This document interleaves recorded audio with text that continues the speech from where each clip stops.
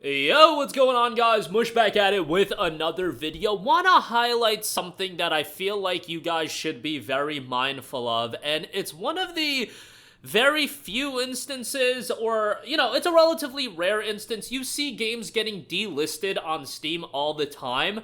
However, generally speaking, when a game gets delisted, it usually has some sort of offline component, and you can still play the game offline and do whatever you want to do.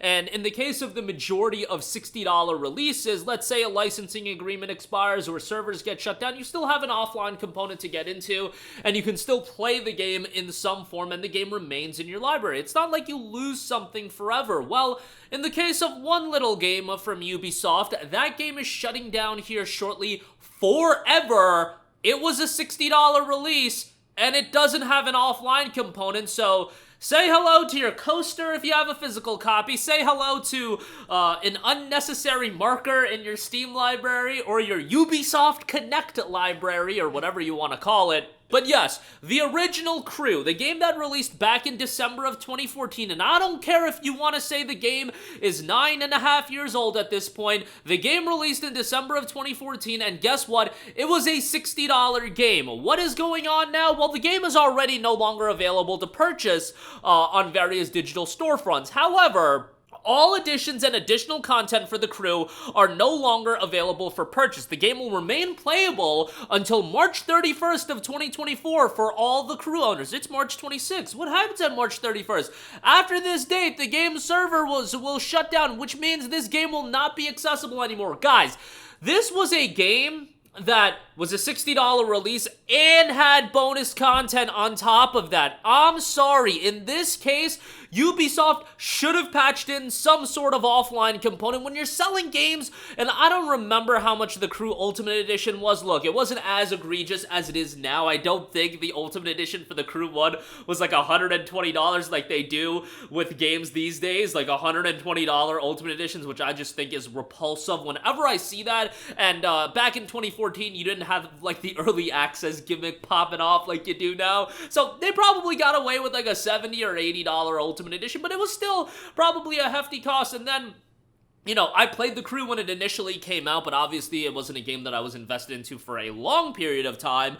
I'm sure the game was monetized for a while on top of its initial release. I mean, the game on its Steam page notes in-app purchases, so I don't know exactly how the monetization worked in the original Crew, and my memory's a little bit foggy as far as that's concerned, but it was monetized beyond its initial release, so you would think that there would be some sort of offline component that would be implemented in the game. Throw out a patch so people can at least play the game that they spent a lot of money on. Nope, that is not the case. The game is just shutting down forever, and it will be gone forever. Even if you spent over $60 on it, or even if you spent $5 on it on sale, I don't care how much money you spent on it.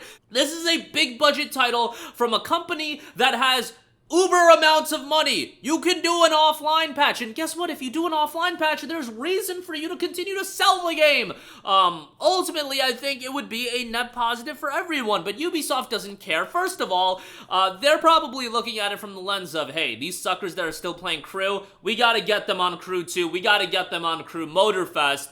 They ain't about you playing the legacy titles. They need you to spend $70 on their newer games or sign up to Ubisoft Connect. But I believe there is a team that is working on some sort of offline component to mod it into it or patch it into it. I don't know exactly how it's working, but Ubisoft is one of those publishers that, they do a lot of things like this in terms of things that, from a consumer standpoint, aren't the best in the world. Ubisoft is one of the publishers and one of the prime publishers that really popped off in terms of trying to monetizing their games for all they're worth. In-game microtransactions, even if they're full price $60, $70 games, microtransactions, and you still got the people being like, you don't have to buy the microtransactions, guys, you don't have to buy them, you can just play the game.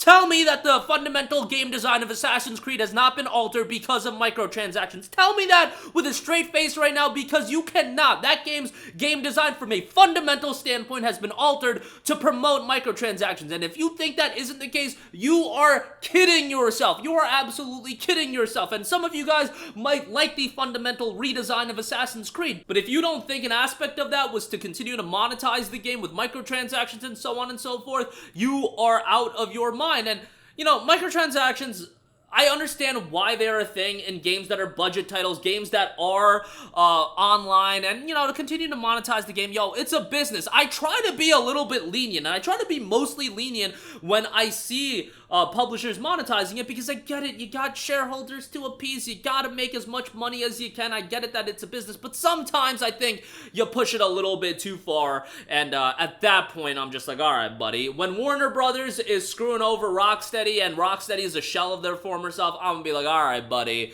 Like, this has gone on way too far, and it's got on too far. In the case of, like, Assassin's Creed, bro, they're making money hand over fist, so, like, even if I have a temper tantrum, like, what's that gonna do? They're gonna continue making money hand over fist with Assassin's Creed. But in the case of this, it's like, yo, this was a big budget release. It was a $60 game, shutting down forever, no offline component. It's just gonzo. Happy, good luck with your coaster. It's one thing, again, when a game like Mag from Zipper Interactive on the PlayStation 3 shuts down. Like, yo, it's an online-only game. It's an online FPS.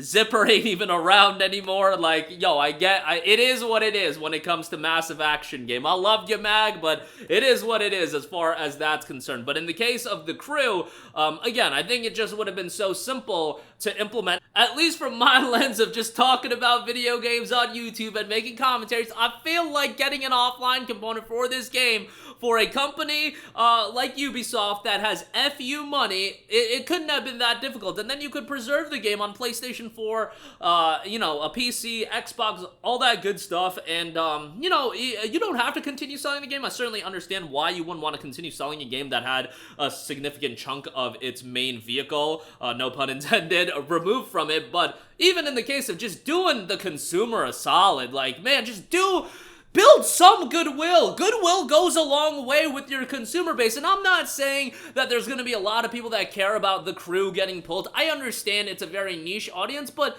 do them a solid. They supported you for so long. You monetized the hell out of this game. They paid a ton of money. Do them a solid and give them some sort of offline component. Would it be the end of the world? I don't know. That's just my 2 cents. I'm interested to hear what you guys think.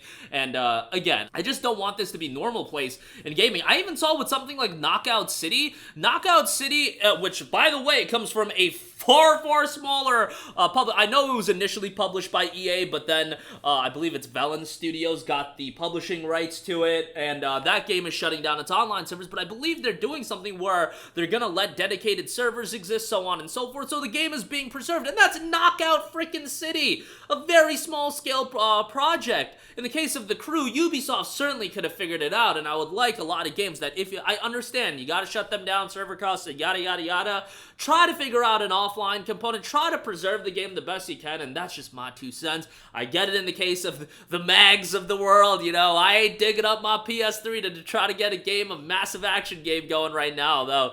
You know what, if the PS5 had backwards compatibility and Mag was on there, bro, I'd probably pop in Mag. If the online servers were up, I'd probably pop in Mag and be like, yo, this is a throwback. But I digress. I understand in the case of certain situations like a Mag, especially given we don't even have backwards compatibility. But you got the idea. Crew is one that I feel like would have been easy to implement some sort of offline component, at least from my uneducated lens. It would be fairly easy. But that'll do it for me. Let me know all of your thoughts in the comments section down below. As always, thank you for watching, and goodbye.